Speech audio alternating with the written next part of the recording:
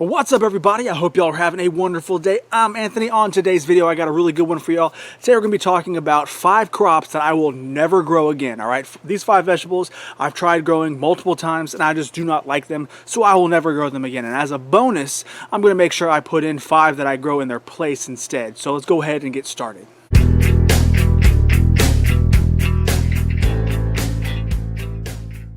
That's right, today we're going to be talking about 5 vegetables that I will never grow again. But before I get started, I want to go ahead and make sure I mention 2 things. Number 1, for those of you who are going to ask, because I know I'm going to get someone asking, I live in upstate South Carolina, Zone 8A. Number 2, this is strictly my opinion, all right? There's no scientific variables here. There's no really like crazy reasons why I'm doing some of these. It's just a personal opinion. So keep that in mind.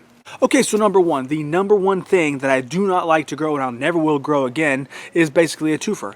It is going to be yellow crookneck squash and zucchini, plain old regular zucchini, all right? I know it's going to catch a lot of y'all like, what? How can you say that? But there is a reason for it. Let me explain. Number 1, the biggest reason behind it is because I live in upstate South Carolina, okay? I live in an area that has an extreme pest problem and humidity problem. So when it comes down to it, that is a twofer that is just hard to beat when it comes down to growing your own squash. Now, I've been growing vegetables. I've been having my own garden since I got out of the military in 2013. I've grown a garden every single year, so that means this is my 10th year. I have grown summer squash every single year since then, and I've had really good years and I've had really bad years. Ultimately, honestly, I've had more bad years than good, and it's because of the squash vine borer and squash bugs. For those of you who don't have to experience these issues, trust me, you are very lucky. These squash bugs are very annoying. They lay their eggs on the underside of the leaves, and they ultimately wake up and just suck the juices from the plant and ultimately kill it because they spread disease. All right, you'll start seeing your leaves develop little brown spots and then shrivel and die. And then the squash vine borer, in my opinion, which is 10,000 times worse, it actually comes from a moth. It's like a cessnid moth or whatever. I'll show you a picture. That moth lays its larva in the stem, so all of a sudden you're going to come out and you're see your squash or your plant on like a hot summer day, and you're going to see one of them is fine, and then the one that has the vine borer larva in it is going to be completely wilted down.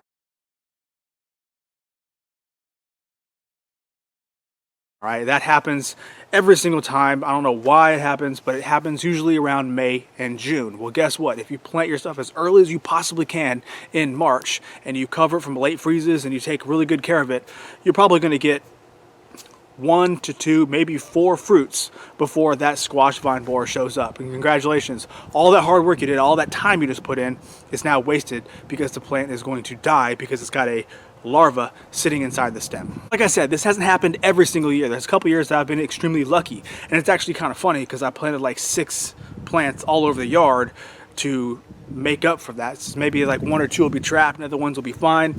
And that year that I planted 6, not one of them died from a squash vine borer, so I had more zucchini that I knew what to do with would come out of my ears. I didn't even know anybody that liked zucchini as much to give them all of my supply. So what I ended up doing was I just threw them all to the chickens, ate what I could, and yeah. Brings me into my next point of why I don't like growing it, because there really isn't anything I like to do in terms of storage that really helps me keep my produce. All right, when it comes down to things like sweet corn, things like beans, whatever, I can can them, I can freeze them, things that store pretty well. When it comes to zucchini, it doesn't can well. You can put it in relishes, sure, and it doesn't freeze well. It gets very mushy because it's very watery. So I just don't like growing them for that reason. There's really not much to do with it besides fresh eating in terms of just putting them in an oven and roasting them or sauteing them in a pan. So when it comes down to it, I really don't like all the other kind of stuff that you use it for, so why grow it? So in its place, I like to grow patty pan squash instead. It is a scallop squash. It looks like this.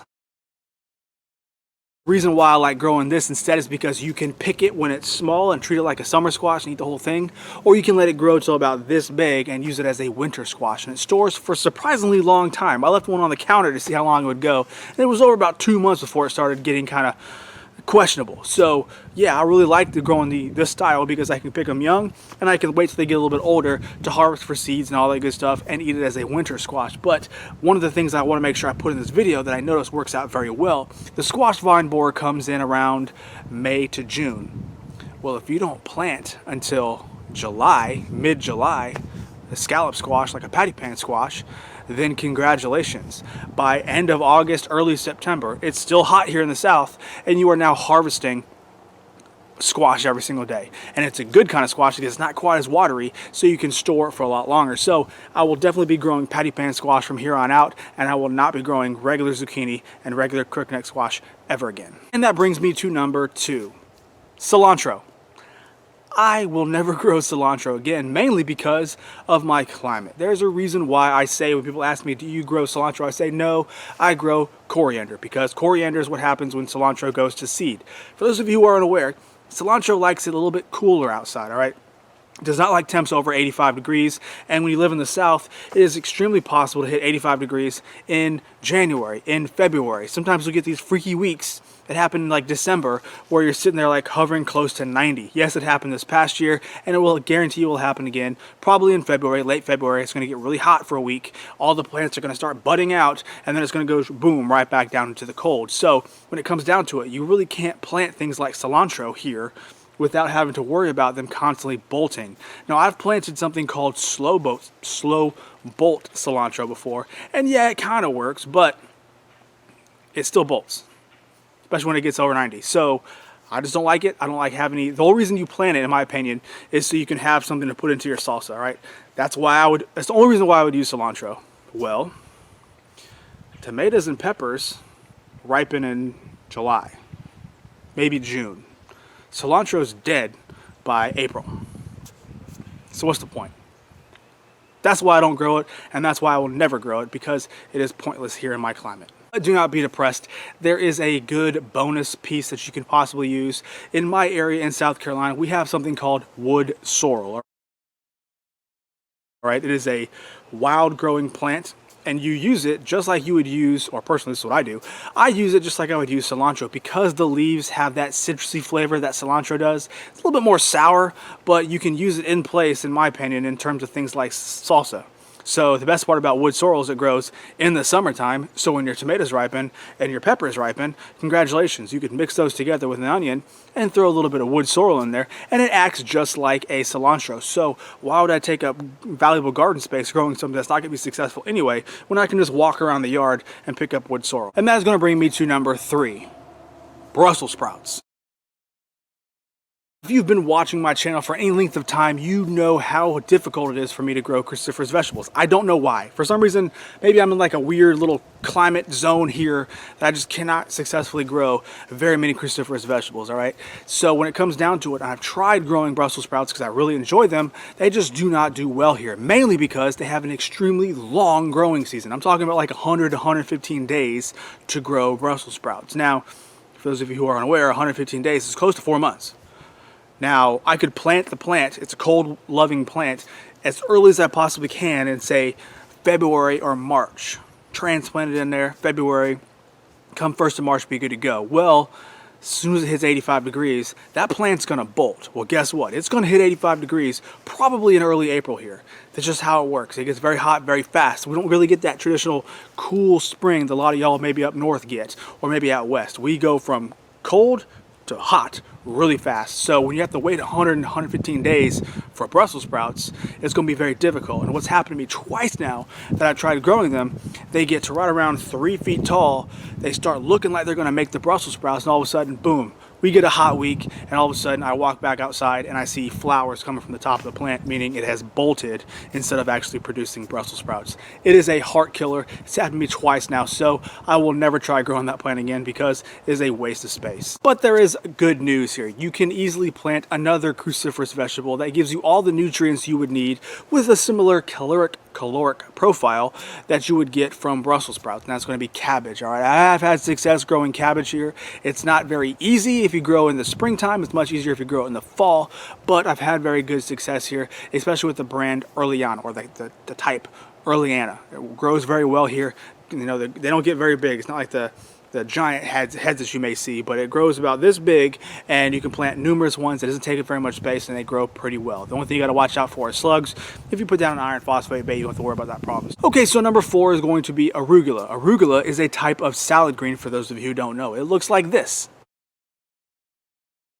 Now, the reason why people grow this is because it's got a slight little peppery taste to it, and it kind of adds a little bit of a change up in terms of putting it on a sandwich or eating it in a mixed green salad, all right? It gives you a little bit of a deeper profile so you can have that depth of flavor. But the reason why I don't like growing it is because those peppery leaves exist when they're very little, and they get stronger as it gets older, all right? So if you don't stay on top of the harvest, that mildly peppery leaf could turn into a wow, very hard to eat bitter plant like a dandelion green that's old very fast. And that's what's happened to me every time I've grown it.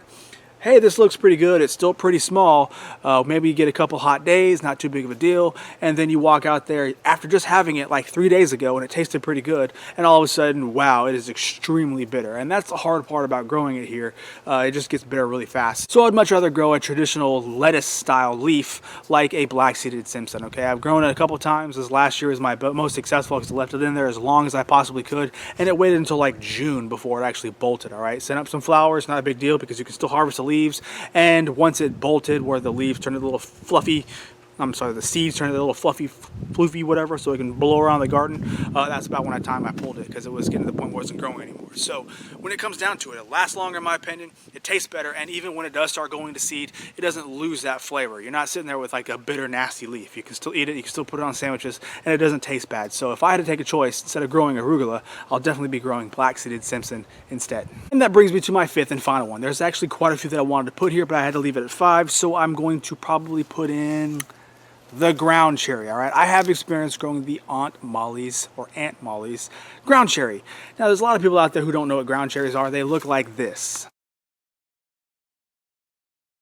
You see they have like a little husk on them. It looks almost like a tomatillo. Well, they don't taste like a tomatillo, and they don't taste like a tomato. They're part of the nightshade family, and they say they're supposed to be really sweet, especially if you wait for them to get to the point where you shake the plant and they fall off.